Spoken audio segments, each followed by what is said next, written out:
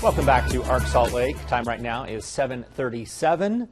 We're going to have our criminally obsessed segment right now. Alex Murdaugh has been convicted of murdering his wife in 2023, but he appealed and is seeking a new trial. So we're talking with Anne Emerson of Criminally Obsessed. She spoke with the prosecution team about this case and what is next. Good morning, Anne. Thanks for being here. Thank you so much. I appreciate it. Okay, this is one of those cases that so many people have heard about, but there have been so many twists and turns in it, and it's gone on for a while. So give us a quick recap of this case.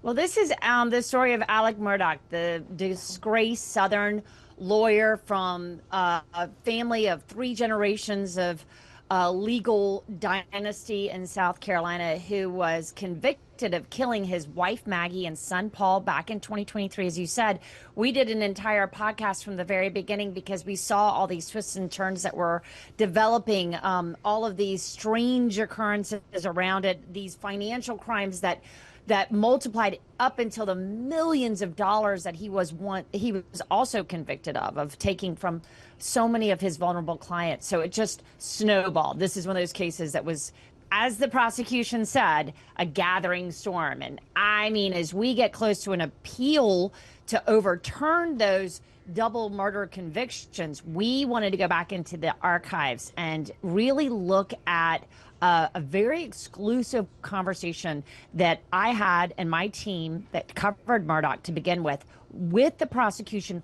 right after that conviction back in 2023, because right now they're under a soft gag because we're getting very close to finding out whether or not this appeal is going to go through. Okay, so you had this conversation almost immediately after he was convicted then, correct? That's right. And it was a very long conversation with the entire Murdaugh prosecution team, which was incredibly rare. And it included the attorney general, who was also part of it. Now, this power team of prosecutors that we were able to talk to, we also had on our team the former South Carolina attorney general and our exclusive legal analyst, Charlie Condon, who did the podcast, the original Murdaugh podcast with me.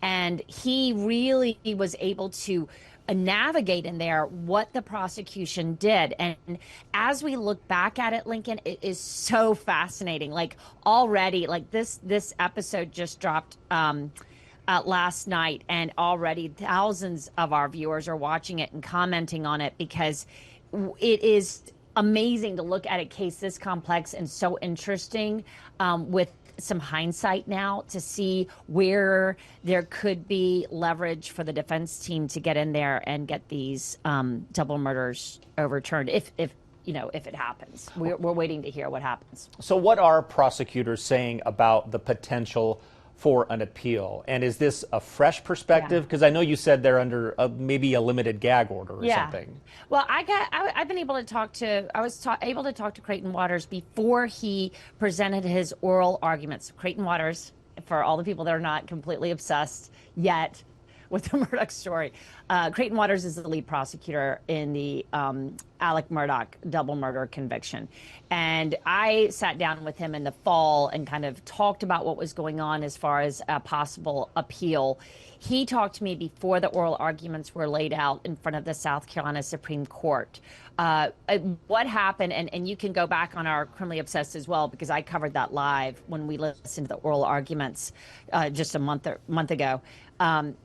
What we learned was that the justices that are listening to these oral arguments went much harder into the prosecution as far as about the financial crimes that were let in. 2 weeks worth of financial crimes were let in, which is pretty unusual to open that door that hard.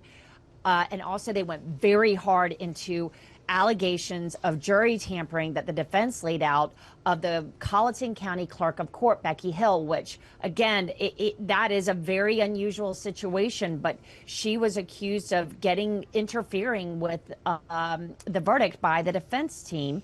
And the prosecution laid out why this was legally not something that should be, worthy of overturning a double murder conviction that had so much circumstantial, but so much evidence around it, of course. So, we're going to hear pretty soon. I mean, I'm definitely getting, my ears are up. Like the radar is set because I feel like we're getting close to whether or not this appeal could go through.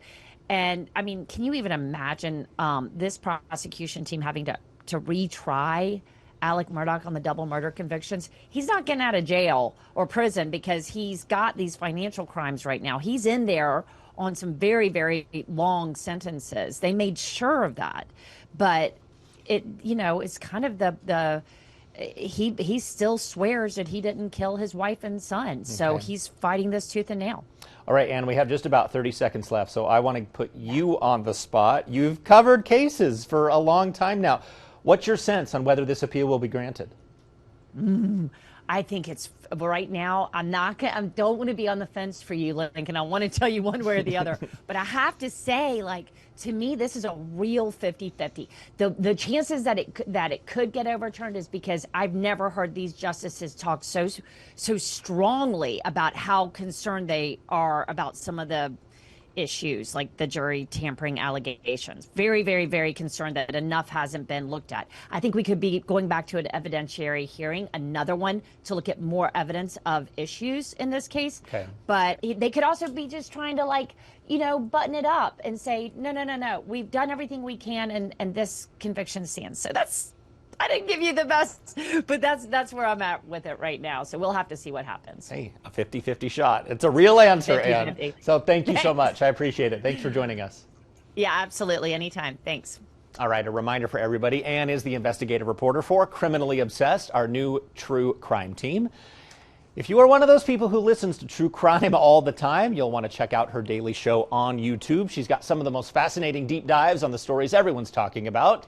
She's touched on some Utah cases, too. Just click on the QR code on your screen right there, and you'll find Anne's interviews. You can also listen to the Criminally Obsessed podcast on Apple and Spotify.